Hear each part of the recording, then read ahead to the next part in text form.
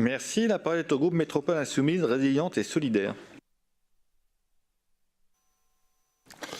Monsieur le Président, chers collègues, oui, c'est historique. Oui, c'est une petite révolution. Sens, équilibre, cohérence, universalité, solidarité, sobriété, voilà la puissance de notre nouvelle structure tarifaire. Refaire société autour de l'eau. Nous le savons tous ici, l'eau c'est la vie. Laissez-moi vous rappeler pourquoi nous répétons inlassablement cette formule. D'abord cette réalité crue, 3 jours sans eau et nous sommes morts. Une eau contaminée, polluée et les pires souffrances nous sont promises. Il n'y a pas de plus grande violence que l'eau nécessaire aux besoins humains essentiels puisse être une source de privation. Dans la métropole de Lyon, c'est plus de 120 000 foyers pour qui l'accès à l'eau potable représente un effort de plus de 3% de leurs ressources. Seuil au-delà duquel l'OCDE l'a démontré, les familles sont mises en détresse, asséchées et doivent se restreindre. Inacceptable. En face de ça, l'Agence de l'eau nous prévient, d'ici 30 ans, le débit du Rhône, duquel dépend 90% de notre alimentation, diminuera de 30%. Les sécheresses que nous avons vécues ces dernières années seront la norme et Lyon aura le climat actuel de Madrid. Ce désormais inévitable pose alors une équation cruciale à résoudre. Comment garantirons-nous demain à chacune et à chacun ce droit humain fondamental à l'eau? Mes chers collègues, je ne vous referai pas l'outrecuidance du verre d'eau. Il ne s'agit pas de croire qu'elle n'est pas précieuse pour vous. Et ce n'est pas mon dessein de polémiquer là-dessus. À qui viendrait l'idée de priver d'eau un être humain, de la maintenir fermée dans un squat, de percer les réservoirs humanitaires à Calais? Ce n'est pas le cas pour aucun d'entre nous dans cet hémicycle. Je le sais et mon propos se dégage donc de vous convaincre de cette éthique que nous partageons tous et tous. Il sera plutôt de montrer à quel point, lorsque nous déployons cette éthique au réel, comme lorsque nous choisissons une structure tarifaire, nous ne devons jamais faire verser dans la facilité. Garder la question du sens dans un exercice rigoureux pour aller à la racine des mécanismes qui sous-tendent nos sociétés et faire preuve de courage politique. Et c'est bien ici, dans ce lieu d'exigence, que se situe notre structure tarifaire du service public de l'eau potable. Je ne reviendrai pas sur l'exercice des démocraties inédits. Ma collègue Laurence Beaufay l'a brillamment fait, co-construite avec une implication directe des usagers, se fondant sur des scènes hybrides rassemblant citoyens, services et élus. Et laissez-moi vraiment un moment pour très solennellement remercier l'ensemble de ces usagers et l'ensemble des services qui nous ont accompagnés. Cette tarification, nous en avons fait l'instrument d'action collective qui doit traduire au réel cette éthique commune de l'eau avec du sens et du courage. Alors, chers collègues, nous disons et parlons ici couramment de tarification, mais c'est bien la structure tarifaire que nous délibérons aujourd'hui, c'est-à-dire dans le cadre actuel de l'eau paye l'eau, de la répartition des poids des contributions de chacune et chacun des usagers. Quoi de plus politique? L'exercice de concevoir une tarification, c'est un exercice de justice sociale. Aujourd'hui, elle est d'une conception uniforme, vide ou presque de sens. Rendez-vous compte, on paye la même chose pour boire que pour remplir sa piscine. Ça n'est pas de la justice sociale, ce n'est pas la manière de faire société. Notre tarification, c'est un moyen, bien sûr, celui du financement, auquel nous donnons un sens et une fin. Celui du droit fondamental à l'eau potable, celui de garantir ce droit, d'introduire des principes de justice sociale et d'embarquer des effets d'incitation pour préserver la ressource. Le sens et la force de cette structure tarifaire sur laquelle nous sommes amenés à délibérer témoignent profondément de la société que nous défendons. Universalité, sobriété, solidarité, une harmonie des êtres humains avec la nature.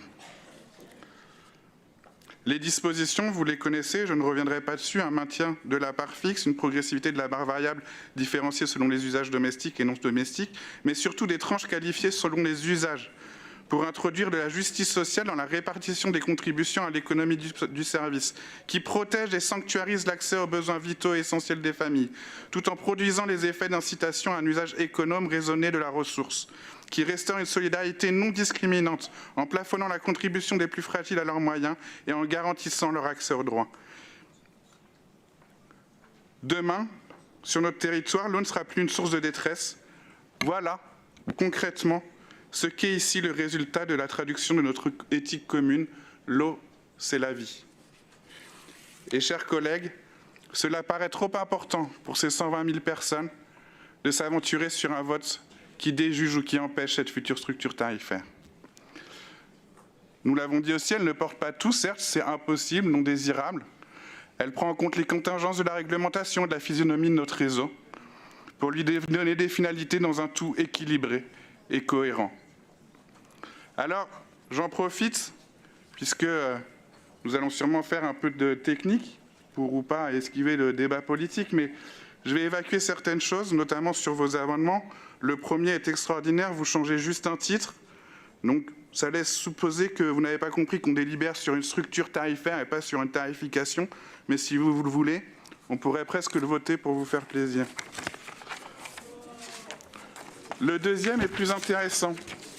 Il est plus intéressant parce que vous avez essayé de faire croire que nos tarifications pénaliseraient les familles nombreuses. Et qu'est-ce que vous faites? Vous introduisez des seuils intermédiaires.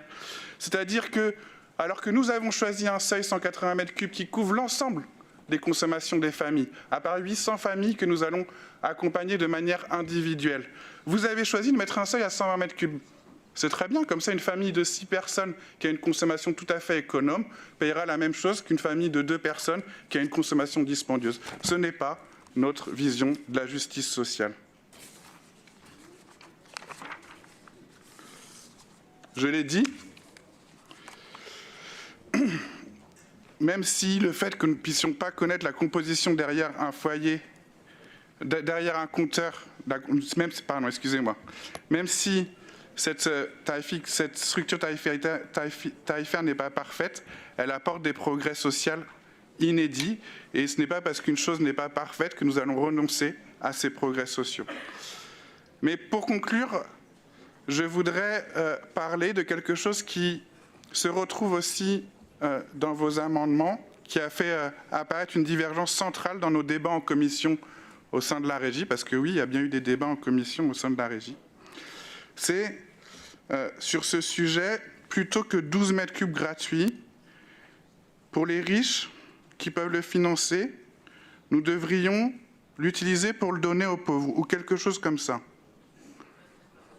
Alors d'abord, j'ai bien cru m'étrangler. Vous qui hurlez à la première hausse d'impôts, supprimez la CMU, réduisez les allocations chômage, conditionnez le RSA des heures d'activité obligatoires, réduisez les APL, coupez bientôt une partie des aides pour les affections longue durée, vous voudriez introduire une nouvelle aide. Bon, certes, je vous crois sincère, mais j'ai voulu comprendre. Laissez-moi essayer de comprendre avec vous qu'est-ce qui se cache derrière cette prétendue mansuétude. Qu'est-ce que cela implique réellement? De quoi est-ce que vous privez les plus précaires lorsqu'on énonce cette phrase et qu'on remet en question ce principe d'universalité? Vous leur ôtez de pouvoir en profiter sans devoir se justifier, se déclarer, sans procédure qui échoue avant même d'avoir commencé la plupart du temps. 60 dossiers seulement de Fonds social logement sur notre métropole concernant l'eau.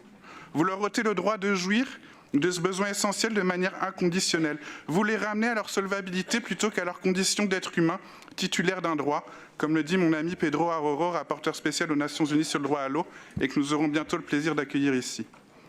En somme, vous leur enlevez une forme de dignité, c'est le mécanisme libéral insidieux. Vous renoncez à vous attaquer à la pauvreté à la source en maintenant les plus précaires sous la dépendance d'aide pour lesquels ils doivent justifier leur comportement, leur précarité. Vous introduisez des seuils de ceux à qui ont le droit et les autres. Ce n'est pas notre vision de la construction de l'égalité.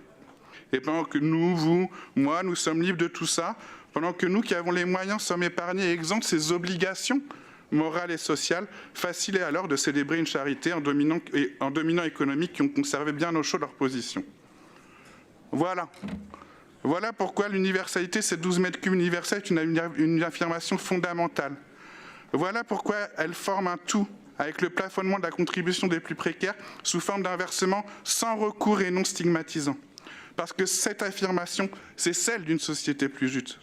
Cette affirmation, c'est un coup de rame pour éradiquer la pauvreté à la source par la démocratie et l'universalité.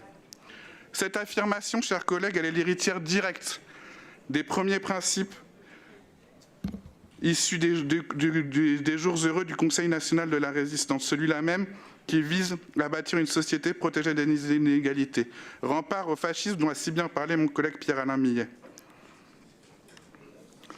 Vous vous pâmez de la montée de l'extrême droite, largement sincèrement, mais mes chers collègues, c'est aussi dans ces choix de société, même s'ils peuvent paraître émaillés, Oui, c'est aussi dans ces petits choix, coup de rame après coup de rame, que nous nous éloignons de ce courant qui nous emmène vers les nuits noires. Choisissez la raison, votez pour cette tarification, mettez-vous en cohérence avec vos paroles, vos idéaux, ceux de la République que je crois sincères, traduisons-les au réel. Comment voulons-nous fonctionner dans la cité, avec quels mécanismes? Ceux qui maintiennent des dominants et des dominés, des riches ou des pauvres, ou ceux qui tentent de défaire réellement ces inégalités pour refaire société avec l'eau? Nous ne résoudrons pas tout avec l'eau, certes, mais nous devons commencer par là. Nous le devons parce que l'eau n'a qu'une finalité, la vie.